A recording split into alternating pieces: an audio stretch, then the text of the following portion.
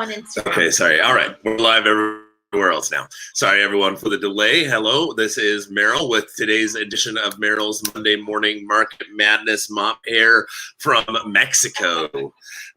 So I just thought, I'm on vacation in Mexico. I haven't done an update in a couple of weeks. So I wanted to come at you and let you know what's going on with the housing market in the Phoenix area. And I decided not to do my hair. So there you go. So as always, I wanted to start by taking a look at our current month supply of inventory situation. So right now we have 8,543 active listings, 13,522 that are pending. So again, we remain with almost twice as many. I mean, whatever it is, 75% more pendings than there are actives right now. And roughly 8,985 listings that have closed in the past 30 days, giving us a month supply of inventory of 0.95. So we have been below 1 month for, pretty consistently for several months now.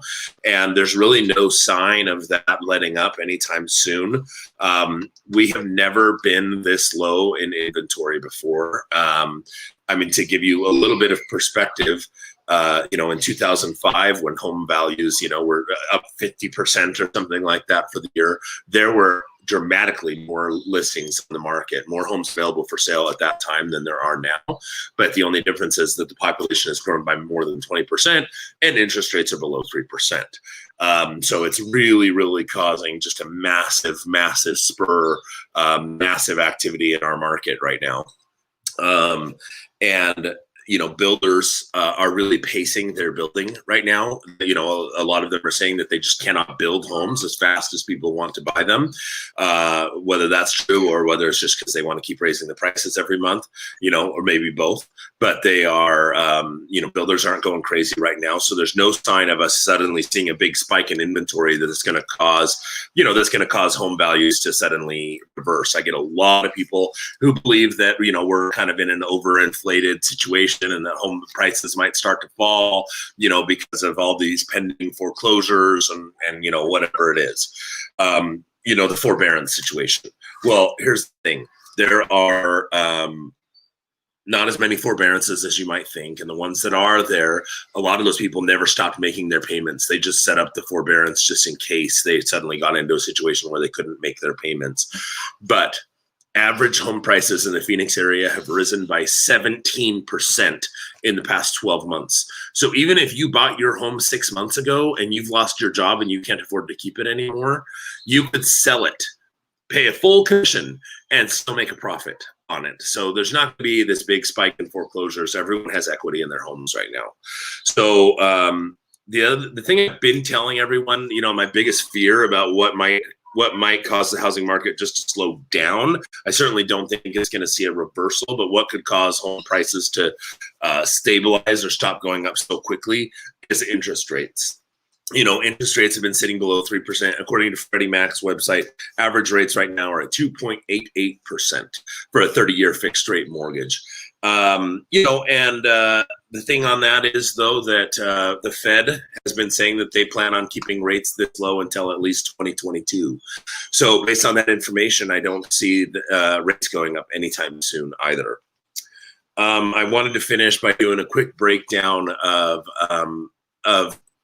price points. So what's the month supply of inventory by price range? Because the market is pretty much competitive across the board, but we are seeing an even more extreme level of competitiveness in the lower end. So homes under 300,000 currently have a month supply of inventory of 0.46. Homes between 300 and 600,000, month supply of inventory of 0.73. By the way, if you're just hearing these numbers for the first time, basically a month supply of inventory that is below 4 is going to be considered a buyer's market. And a month supply of inventory that is, a month supply of inventory below 4 is a seller's market. Home values are going to be increasing. Month supply of inventory of like 5 or above, around 5 is probably a balanced market. 6 and above is definitely a buyer's market. You're going to see home values decreasing. So to see month supply of inventory at 0.46 and 0.73, that just goes to show you that's why home values are rising so quickly, because there is almost nothing available for sale. compared to the number of homes that are being sold. Almost every home in those price ranges is ending up with multiple offers. We had multiple listings as a team over the weekend, get multiple offers on them, sell above listing price. Buyers are waiving appraisal contingencies and inspection periods, and it's just that competitive. All right, so month supply of inventory between 600 and 900,000, 1.38. Between 900,000 and 1.2 million is still only a 2.25.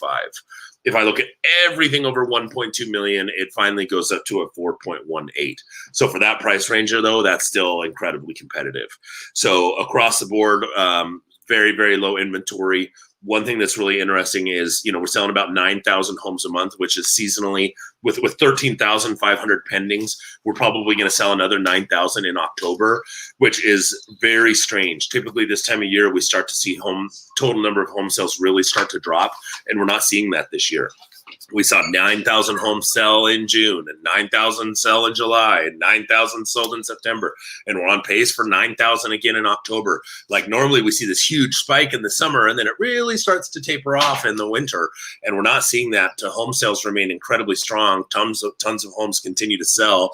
If that goes on through the winter, we're going to be in a very dire situation by next year because no inventory is being added. It continues to remain stable, while normally this time of year it starts to increase. So we'll continue to keep an eye on it, but my projection is home values will continue to rise at a pretty rapid pace as long as this inventory situation stays as low, and as long as interest rates stay this low. We're probably going to see another increase of another 17% over the next 12 months if this pace continues. So hope you found that information helpful. If you have any questions, please reach out and let me know.